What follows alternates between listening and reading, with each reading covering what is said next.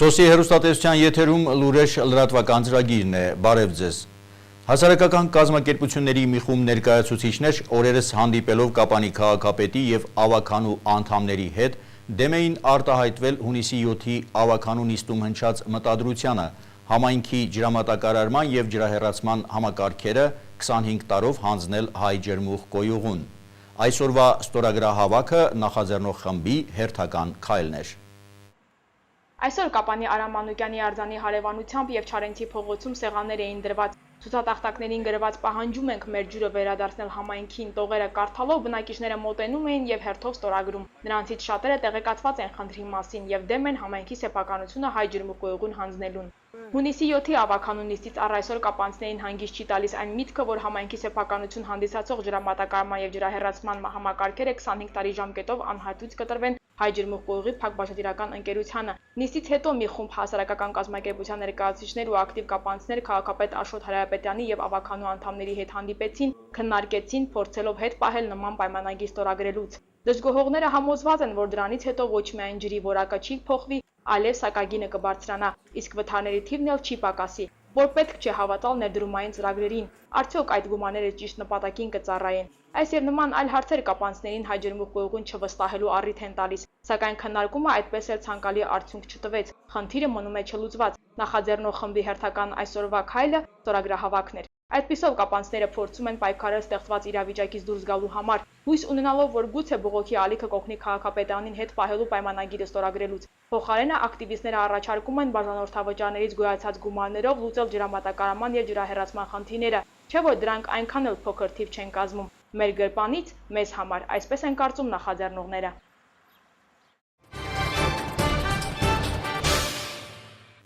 Վերջին շրջանում հաճախ է խոսվում Ողջի գետի վրա կառուցվելիք հեկերի մասին։ Մարդկանց հուզում է հատկապես այն հարցը, թե դրանից հետո ինչ որակի խմելու ջուր է օգտագործվելու։ Հարավային ջրավազանային տարածքային կառավարման բաժնում պարզաբանում են, թե հեկերի կառուցման հարցը դեռևս քննարկման փուլում է։ Մեկ անձին 250 լիտր ջուր է տրամադրվում խմելու եւ կենցաղում օգտագործման համար։ Որոտան, Ողջի եւ Մեղրի ջրավազաններում ջրային ռեսուրսները բավարար են։ Դրանք պետք է այնպես եւ անչափ օգտագործվեն, որ բացասաբար չազդեն ինքնամաքրման վրա, ասում է ջրային ռեսուրսների կառավարման գործակալության հարավային ջրավազանային տարածքային կառավարման բաժնի պետ Արամ Գրիգորյանը։ Բաժնի հիմնական գործառույթը ջրային ռեսուրսների ճիշտ բաշխումն է։ Առաջի հերթին անհրաժեշտ ենք համարում ապահովել խմելու կենցաղային ջրի մատակարարումը, հետո նաև ասենք ոռոգման ըստ նպատակայնության եմ ասում, ոռոգման խնդիրները պետք է իրականացվի ավելի ժամանակին, նրանից հետո արդեն արտադրական մյուս գործառույթները։ Մարզի 3 գետերն էլ յուրովի նպատակահարմար են։ Մեղրին հանրապետությունում ամենաարագահոսն է, առավել հարմար է հեկերի կառուցման համար։ Ողջին արտադրական նպատակների է ծառայում, իսկ Որոտանը ոռոգման եւ էներգետիկ։ Սիսիանի եւ Գորիսի տարածաշրջանները այստեղից են սնվում։ Որոտանը հարուստ է ջրային պաշարներով։ Ինչ վերաբերում է վերջին շրջանում տարածված լուրերին, թե Ողջի գետի վրա կառուցված հեկերը կավելանան եւս 7-ով, Արամ Գրիգորյանը պարզաբանեց, նման բան հնարավոր է, եթե դրանց շահագործումը ինքնանպատակ չլինի։ Արդյոք դրանց կառուցումը խմելու ջրի վրա չի ազդի։ Հենց սա էլ ամենաշատն է հուզում բնակչությանը։ Եթե որևէ ազդեցություն կունենա հեկը ոռոգման կամ ավելի ճիշտ խմելու կենցաղային ջրի որակի եւ քանակի վրա, ուրեմն այդտեղ երևի թե կբացառվի բացասական ազդեցություն կունենա եւ ոչ մեկը թույլ չի տա այդպիսի բան, որ ազդի խմելու կենցաղային ջրի վրա։ Նույն նաեւ ոռոգման, եթե ոռոգման ջուրը պետք է պակասեցվի, ուրեմն ելի այդ հեկը չի շահագործվի։ Սա ջրային օրենսգրքով է այդպես նշված եւ բացի այդ, եթե հեկերի կառուցումը, հեկերի շահագործումը պետք է ազդի ավանդական ջրօգտագործողների շահերին, ուրեմն ելի պետք է չշահագործվի։ Ավանդական ասելով նախկինում միջև այդ ջրօգտագործման թույլտվությունը ցանալը նախկինում օգտագործող ջրօգտագործողների շահերը, դա կլինի ոռոգման նպատակով, թե ձկնաբուծության, թե ինչ, պետք է չշարաշահվի։ Հարավային ջրավազանային տարածքային կառավարման բաժնի պետի խոսքով հեկերի կառուցումը դեռևս քննարկվում է։ Ջրօգտագործման թույլտվություն դեռ ոչ ոքի չի տրվել։ Ի դեպ, այդ 7 հեկերը ըստ նախնական տվյալների ծրագրվում է կառուցել Ողջի գետի վրա։ Ողջի գետի վտակ գեղի ենթավտակների վրա է։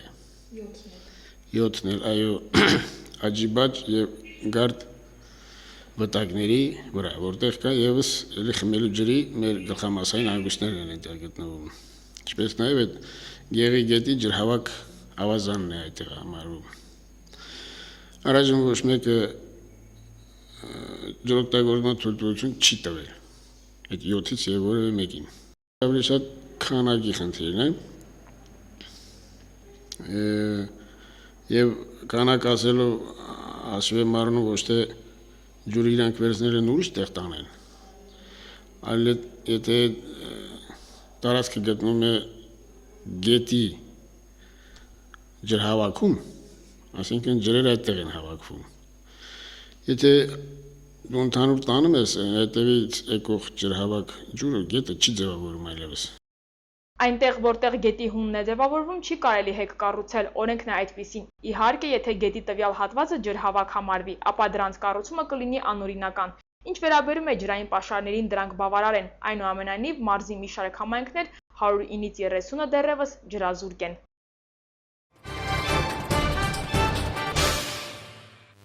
Տարեսկզբից մեկնարկած շուկաներ մեղրու համար ծրագիրը նպատակ ունի կապ հաստատել արտադրողների, միջնորդների եւ վաճառողների միջև նվազեցնել աղքատությունը։ Ծրագրի շատ մասնակիցներ ցանկություն հայտնեցին մեղրու արտադրանքը տեսնել իրենց վաճառասեղաններին, պատմում են մեղրու մեր գործընկերները։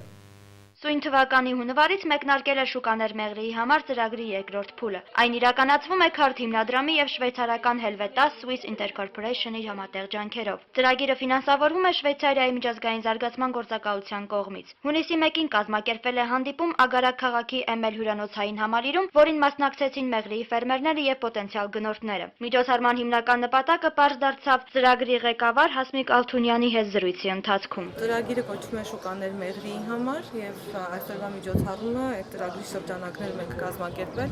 նպատակ ունի կապ հաստատել միջնորդ կազմակերպությունների, վերամշակող կազմակերպությունների, սուպերմարկետների, մեղրիի ֆերմերների հետ։ Մեր ծրագրի հիմնական նպատակն է աղքատության նվազեցումը մեղրիի տարածաշրջանում եւ պես նկատեցիք արդեն աշխատում ենք գյուղատնտեսության այգեգործության ոլորտում։ Որպես հանդիպման արդյունք ակնկալվում է հաստատել արտադրող-սպառող փոխշահավետ համագործակցություն պայմանագրային հիմունքներով կարգավորվող, ինչից հաստատապես կշահեն ինչպես առաջնային արտադրողներն, այնպես էլ պոտենցիալ գնորդները, առևտրային կազմակերպությունները, վերամշակողները, վերջնական սպառողները։ Միջոցառմանը ներկա էր Հայաստանի երիտասարդ կանանց ասոցիացիայի ներկայացուցիչ Անուշ Չիլաջյանը, որն իր խոսքն ասեց հանդիպման վերաբերյալ։ Հայաստանի երիտասարդ կանանց ասոցիացիայի նպատակն է մեր երկրում երկրի ամենատարբեր ոլորտներում տնտեսական, քաղաքական, կրթական, առողջապահական, մշակութային եւ այլն այդ բոլոր ոլորտներում կանանց եւ աղջիկների դերի բարձրացումը, ու մեր ծրագրերում մենք փորձում ենք հատկապես գյուղատնտեսական ծրագրերում փորձում ենք խրախուսել գյուղատնտեսությամբ, ֆերմերային տնտեսությամբ զբաղվող կանանց գործունեությունը, վերհանել, բացահայտել իրենց խնդիրները եւ բացահայտել նաեւ հաջողված օրինակները, հաջողված փորձը իրենց ու տարածել ամբողջ Հայաստանի Հանրապետությունում։ Միջոցառման ընթացքում ներկաները բաժանվեցին 3 ուղղությունների՝ թարմ միրգ, վերամշակվող միրգ, չորացրած միրգ խմբերի, որի նպատակն էր քննարկել եւ պարզաբանել գնորդ եւ վաճառող կապի մանրամասները։ Ներկաներից շատերը ցանկություն հայտնեցին մեղրիի քաղցրահամ մրգերը տեսնել իրենց տարածաշրջանի շուկաներում։ Երջանիկ կլինեմ, որ մեղրուց մեծ քանակով մեծ ծավալների չի մենք ստանանք։ Ուզում ասել, որ սուպերմարկետներում հիմա լայն սպառում ունի նաև միրգը եւ բանջարերը։ Մեղրի բառը ինքնին արդեն սուպերմարկետներում եւ ընդհանրապես սպառողների կողմից մեղրի բառը արդեն որպես բրենդ է ներկայանում։ Այսինքն սպառողների մոտ մեղրի բառը ասոցացվում է միայն լավագույն մրգերով։ Հենց որ ուզում եմ ասել, որ ձեր աշխատանքը միշտ գնահատվում է, ձեր աշխատանքը միշտ պահանջարկ ունի Երևանում, ես Երևանի անունից եմ խոսում, եւ ուղղակի խնդրում եմ, որպեսզի ձեր մրգերը, ձեր որակով մրգերը կարողանաք շատ սպասարկել ու մատակարարել Երևան։ Միջոցառման ընթացքում բուռն քննարկումներ եղան գնորդների եւ վաճառողների միջև։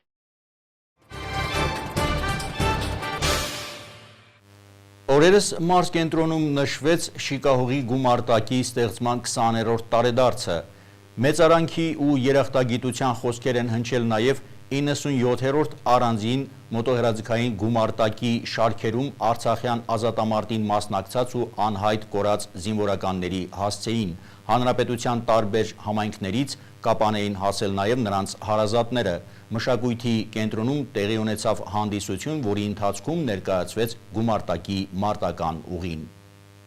1993 թվականի հունվարին կազմավորվեց 97-րդ առանձին մոտոհրաձգային բրիգադը։ Դրանից 5 ամիս հետո մայիսի 8-ին կազմավորվեցին 6-րդ եւ 7-րդ գումարտակները։ Հրամանի համաձայն 6-րդը տեղակայվում է Շիկահող գյուղում։ Այս ստորաբաժանումը պետք է պաշտպաներ Կապանի արևելյան սահմանները, ճակատեն Սրաշեն, Շիկահող, Ծավ, Ներքին Հանդ գյուղերի սահմանագիծն ու թույլ չտար խաղաղ բնակչության դեմ նոր ոտնձգություններ։ Մայիսի 10-ին գումարտակի հրամանատար է նշանակվում ավագ լեյտենանտ Մարտուն Բադալյանը։ Թեժ մարտերի բովով անցած ինքնապաշտպանական գումարտակի ազատամարտիկները դառնում են գումարտակի սպաներ։ Անցած շաբաթ օրը նախաձեռնող խումբը նահատակների, անհայտ ճակատագրով ազատամարտիկների, հարազատներն ու մարտական ընկերները առավոտյան Շիկահողում էին։ Ավանդույթի համաձայն օրը սկսում են այստեղից, վերհիշում են 2 տասնամյակ առաջ գլխներով անցածը։ Գումարտակի շտաբը գյուղխորհրդի շենքն էր, միջնակարգ դպրոցի շինությունները զորանոց դարձան, կահավորվեցին, զինվորներին ընդունելու համար կենցաղի և ուսուցման պայմաններ ապահովվեցին։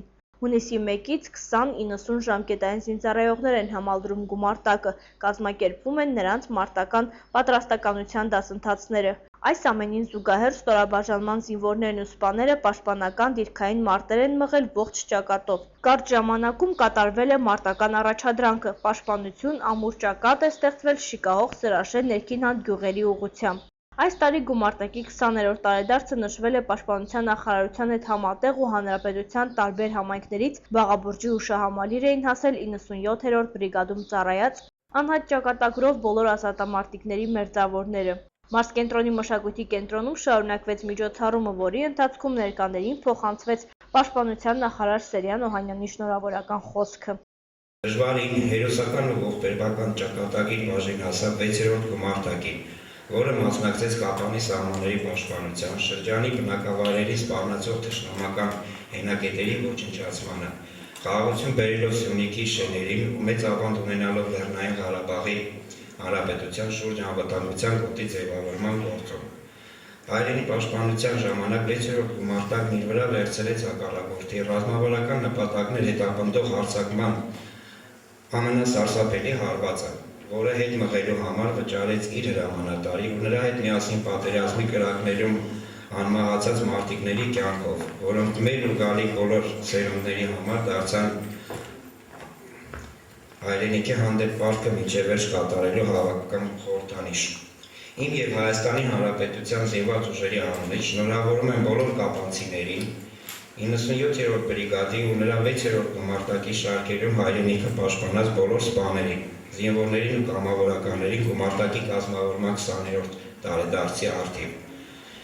Գումարտակի անցած մարտական փառավոր ուղի և ունեցած անդառնալի կորուստների համար ձեզ հետ միասին ապրում եմ և անում հպարտություն ու նաև անփարատելի ցավի զգացում։ 1994 թվականին հունվարի 5-ին գումարտակի 90 զինվորները Մարտուն Բադալյանի հրամանատարությամբ տագնապ հրամանով հասնում են Հորադիս։ Դեռ չէին ամրացել պաշտպանական դիրքերում, թշնամու կողմից ենթարկվում են հրետակոծության, նահանջում են մեր ուժերը, 20 հոգի Մարտուն Բադալյանի հետ ընկնում են շրջափակման մեջ։ Մեր շարքերում խուճապ է առաջանում, ընկճվում է զինվորի մարտական ոգին, սակայն կարողանում են վերգտնել իրենց ու մինչև հունվարի վերջ Հորադիսի դիմացի բարձունքում կյանքի ու մահվան կռիվ են տալիս, աստիճանաբար կոտրելով թշնամու համառ դիմադրությունը։ Ամենամյա մեր այս միջոցառման նպատակն էր ամրապնդել մեր մարտական ընկերությունը, սերնդից սերունդ փոխանցել Արցախյան պատերազմի մասնակիցների սխրանքները, նպաստել պատանների ու աղջիկների ռազմահայրենասիրական դաստիարակությանը և վերջապես մեր ամենագլխավոր նպատակն է ևս մեկ անգամ արձագանքել, որ մենք չենք մոռացել զոհված ու անհայտ կորած մեր մարտական ընկերներին։ Գումարտակի շտաբի պետը առանձնահատուկ երախտագիտությամբ խոսեց ժամկետային զինծառայողների մասին, ովքեր ամենածանր մարտական իրավիճակներում անգամ չունենալով բավարար ռազմական գիտելիքներ, երբևէ չեն լքել թշնամու կրակի տակ գտնվող խրամատը, հակառակորդին թիկունք ցույց չեն տվել։ Սպարտակ Ստեփանյանը շնորհավորական խոսքեր ուղղեց նաև 7-րդ գումարտակին զինվորներին ու սպաներին, հրամանատար այժմ գնդապետ Արթուր Մարտիրոսյանի գլխավորությամբ։ Մի ակնթարթի պես են անցել այս 20 տարիները, դեռ չեն սպիացել վերքերն ու հարազատների սիրտը, դեռ կսկծում է կորստի ցավից։ Սյունիքի փոխմարզպետ Վաչե Գրիգորյանը առավել ծանր է համարում անհետ կորածների մերձավորների հոգեվիճակը, ովքեր հույսեր փայփայելով անտեղյակության ու սպասումի տարիներ են անցկացրել։ Նրանք ամենայն մեր սրտերում, մեր կյանքում, քանզի մարդ ամենայն անգամ, ինչքան հիշում են նրան, իսկ մենք նրանց պետք է հիշենք և հիշում ենք ընդմիշտ։ Թող նրանց սերունդները, նրանց հարազատները գոնե վայելեն ազատության և հաղթանակի բերկրանքը, թող չկրկնվի այլևս պատերազմը։ Նրանք իրենց այլամն են ապացուցել այդ և իրենց այլամ շարախված հողն է, որ պետք է տիրի խաղաղություն, հողն է, որ պետք է տիրի խաղաղություն և պետք է մեր ժողովուրդը լծված լինի խաղաղաշտանքի։ Ցանկանում եմ, որ երբեք չխամրի հույսի այն փոքրիկ ոցը, որ ձեզ հավատ է ներշնչում ներկաներին, անհայտ ճակատագրով ազատամարտիկների հարազատներին դիմեց Կապանի փոխքաղաքապետ Ռուդոլֆ Սարգսյանը։ Պետք չէ թևաթափ լինել, հրաշքներ լինում են կյանքում, ձեզ հպարտ ապրելու իրավունք են տվել ձեր զավակները, իրենց կյանքով գալիք սերունդների համար դնելով խաղաղության հիմքը։ Զինվորի կորուստը անկասկած շատ մեծ ցավ է և անզորեն բոլոր հորդորները սփոփանքի փորձերը։ Զինվոր որդու շիրիմը հողին հանձնած և անհայտ կորած զինվորի ծնողների ցավը շատ խորն է։ Գուցե ինչ որտեղ կարող է նաև անհամեմատելի, բայց միևնույն է կորուստը շատ մեծ է։ Ցավոք բազմաթիվ են օրինակները, երբ մարդիկ դեռևս ոչ մի կերպ, թեև արդեն 20 տարուց ավելին է անցել, չեն կարողանում հաշտվել իրենց կորստի հետ։ Ես խոնարհվում եմ անհայտ ճակատագրով ազատամարտիկների, կանանց ու մայրերի ընտանիքի բոլոր անդամների առջև։ Կապանի զինքում Լեոնիդ Գրիգորյանը համոզված է, որ հավատի ուժով միայն կարելի է անցնել այն դաժան ճանապարհով, որով 20 տարի անցնում են այս ընտանիքները։ Ես իմ խոնարհում եմ բերում այն մայրերին, կանանց և ընտանիքի անդամներին, ովքեր 20 տարի ի վեր փնտրում են իրենց որդիներին, ամուսիններին, հայրերին։ Ես այսպես եմ ուզում իմ մտքերը շարադրել, ասում ենք, խոսում ենք, պատկերացնում ենք, բայց ինչ է նշանակում անհայտ բառը։ Անհայտ դա իմ պատկերացման այն է, որ ինչ էլ խոսենք անհայտ բառի շուրջը, դա հավանական պատկերացումներ են լինել, հավանական մտքեր են լինել, ոչ ոք չի կարող այնպես պատկերացնել այդ մարտական պայմանները, այն իրադրությունը, այն էքստրեմալ իրադրությունը, որ ստեղծվեցին այդ պահին, այդ մարդկանց շուրջը։ Ամեն անգամ, երբ նշում ենք Շիկահողի գումարտակի օրը, անմահացնում ենք մեր տղաներին, շնորհակալ ենք, որ այս ավանդույթը հաստատվել է ու մեր զավակներն էլ ապագայում հիշելու են գումարտակի նվիրյալներին։ Զարուհի Հակոբյանը դիմեց անհայտ կորածների ծնողներին, ապրեք հպարտ գլուխներդ բարձր, շատերը չդիմացան ցավին ու երկրային կյանքին հրաժեշտ տվեցին չլսելով որդիների վերադարձի ավետիսը։ Հույսը վերջինն է կորում։ Ինչքան հուսանք մենք մեր տղաների համար, այնքան նրանց վերադարձը ավելի մոտիկ կլինի։ Այսօրվա այն կամուրջը, որը ստեղծվեց Մաս կենտրոնից մինչև եղբայրական գերեզման, ցույց տվեց, որ տղաները կան։ Դա այն հույսի կամուրջն է, որը այս պահին հաղորդակցվում է մեր տղաների հետ, ովքեր անհայտ են այսօր։ Ամեն անգամ մեղքի զգացում եմ ապրում, երբ ելույթ եմ ունենում անհայտ ճակատագրով ազատամարտիկների ընտանիքների առջև ընդդեմ իրավական կամայականություն հասարակական կազմակերպության գործադիր տնօրեն Լարիսա Ալավերդյանը վաղուց զբաղվում է անհետ կորածների խնդիրներով ու որպես կանոն յուրաքանչյուր հանդիպման ժամանակ ասում է նա, հորդորում է նրանց կանանց ապրել ուժով, երեխաներին պարծանքով, ծնողներին բարձր ոգով։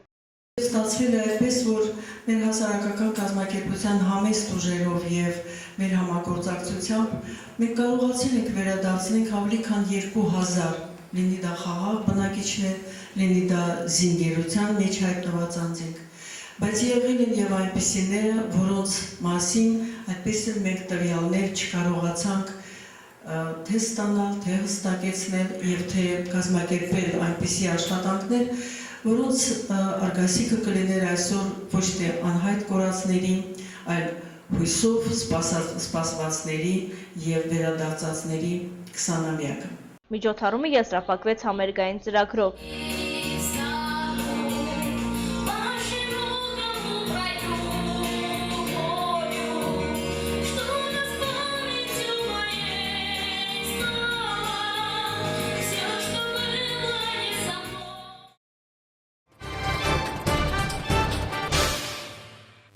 Կապանի համար 2 ավագ դպրոցը այս տարի 134 շրջանավարտ ունեցավ, հունիսի 1-ից պատանիներն ու աղջիկները քննական եռուզեռի մեջ են։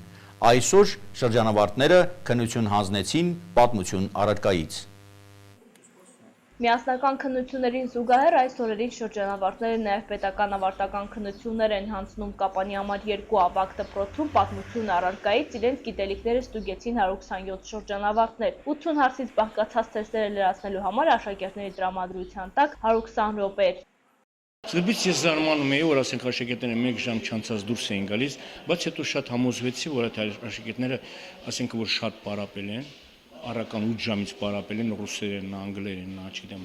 հայոց լեզուն, հայոց պատմությունը, հետո իրենք արդեն այդ թեմաներն էլ կասի, որ շատ բարդ չեն եղել, որ ասենք տեսակ եւ միասնանկանում եւ ավարտականում, ասենք համեմատած անցած տարիների թեմաներ ավելի մատչելի են եղել եւ երեխաները լավ են հանձնել։ Այնպես ես դժգոհ չեմ աշակերտների պատրաստվածությունից։ Պատմություն առարկայով այս տարվա 12-րդցիները եզրափակեցին պետական ավարտական քննությունների շարքը տնօրեն Լյուդվիգ Հարությունյանի դիտարկմամբ եւ ավարտական եւ միասնական քննություններում իրենց դպրոցի շրջանավարտները բարձր ցուցանիշներ են արձանագրել։ Ընդհանուր առմամբ 134 շրջանավարտներից մոտ 8 տասնյակը պատրաստվում է ուսումը շարունակել բարձրագույն ուսումնական հաստատություններում։ Ի տարբերություն ասենք մյուս դպրոցների, մենք ունենք շատ 20 միավորներ միասնական քննությունից եւ ավարտական քննությունից։ Իհարկե նաեւ կան գոհացիչ արդյունքներ, ճիշտ անբավարարել կա ֆիզիկայից, մաթեմատիկայից, հայոցից, բայց դա բնական, այնպես որ կարգն այդպես էլ պետք է լինի։ Այն շրջանավարտները, որոնք անբավարար են ստացել որևէ առարկայից, առաջիկայում վերաքննություն կհանձնեն եւ կստանան ատեստատները։ Չնայած որ շրջանավարտները ընտրել են ավագ դպրոցը, այնուամենայնիվ կան պատանիներ ու աղջիկներ, որոնք նույնիսկ չեն ցանկանում ուսումը շարունակել գոնե միջին մասնագիտական կրթօջախում։ Ոմանք ընտրել են արհեստ սովորելը, իսկ պատանիներից շատերն էլ հարկադրված են դպրոցը ավարտել ու մեկնել ծառայության զինված ուժերում։ Արսենը դեռ չի պատրաստվում մեկնել ծառայության, փաստաթղթերը անցնել է Հայաստանի պետական ճարտարագիտական համալսարանի Կապանի մասնաճյուղ, ընտրել է շինարարի մասնագիտությունը։ Քննությունները հուսում եմ, որ լավ կհանձնեմ, մեկը հանձնել եմ, արդյունքից այնքան էլ գոհ չեմ, վաղը ֆիզիկայի քննությունս է, ձգտում եմ լավ հանձնեմ։ Ուզում անվճար ընդունում եմ, դե տեսնենք ոնց կստացվի։ Մրցակցություն կա, ասենք անվճարի համար 2 տեղ է անվճարի համար, 4 դիմորդ ենք անվճարի համար, մեկը մաթեմի քննությունը ինձանից բարձր է ստացել 1.75 բալով, հույսով եմ ֆիզիկան իրանից էլ շատ կստանամ։ Շրջանավարտների մեծ մասը արդեն ուսանողի կարգավիճակում են, մյուսներն էլ դեռ քննություն են հանձնելու։ Ընդամենը մի քանի օրից քննական թողուբոհը կավարտվի։ Թուրքիայի արհմիությունների հայտարարած գործադուլը իրավապահները անօրինական են համարել։ Չեխիայի վարչապետը հրաժարական է տալիս թողարկման միջազգային լուրերը։ Թուրքիայի խոշորագույն արհմիությունների կողմից հայտարարված գործադուլը անօրինական է եւ ոստիկանությունը իրեն իրավունք է վերապահում արգելել դրա անցկացումը։ Այդպիսի հայտարարությամբ է հանդես եկել երկրի ներքին գործերի նախարարը։ Գործադուլը հայտարարվել էր որպես պատասխան Գեզի այգում բողոքավորների ճամբարը ցրելուն։ Ստամբուլի բնակիչները չեն թաքցնում, որ այգու խնդիրները վաղուց արդեն մղվել են հետին պլան եւ այժմ պահանջները քաղաքական են։ Մինչ այդ Ստամբուլում հավաքվել էին նաեւ վարչապետ Էրդողանի կողմնակիցները։ Կառավարության ղեկավարը ընդգծել է, որ պարտավոր էր մաքրել Գեզի այգին ցուցարարներից, որոնց նրա կարծիքով հովանավորում են արտասահմանյան ուժերը եւ ընդդիմությունը։ Ստամբուլում եւ Անկարայում կրկին բախումներ են տեղի ունեցել ոստիկանության եւ ցուցարարների միջև։ Վերջիններիս վրդովվել էր Գեզի այգու մաքրումը, կան տուժածներ, ձերբակալվել է մի քանի 100 մարդ։ Չեխիայի վարչապետը հրաժարական է տալիս եւ հեռանում է իշխող քաղաքացիական ժողովրդավարական կուսակցության նախագահի պաշտոնից։ Այդ մասին Պյոտր Նեչեսը հայտարարել է իշխող կուսակցության ղեկավարության նիստից հետո։ Դրա հետ մեկտեղ նա ավելացրել է, որ կառավարության նոր ղեկավարի տեխնացուի հարցը կքննարկվի Չեխիայի նախագահ Միլոշ Զեմանի հետ։ Նեչեսի հրաժարականի պատճառը պետքարտուղարության ղեկավար Յան Նագիևի շուրջ ծագած սկանդալն էր։ Ձերբակալվել են նաև իշխող կուսակցության մի քանի բարձրաստիճան պաշտոնյաներ։ Նագիևին ներկայացված մեղադրանքների թվում է ռազմական հետախուզության գործառույթների չարաշահումը։ Այդ գործի առթիվ խուզարկություններ են կատարվել Չեխիայի պաշտպանության նախարարությունում, Պրահայի քաղաքապետարանում եւ երկրի այլ պետական հաստատություններում։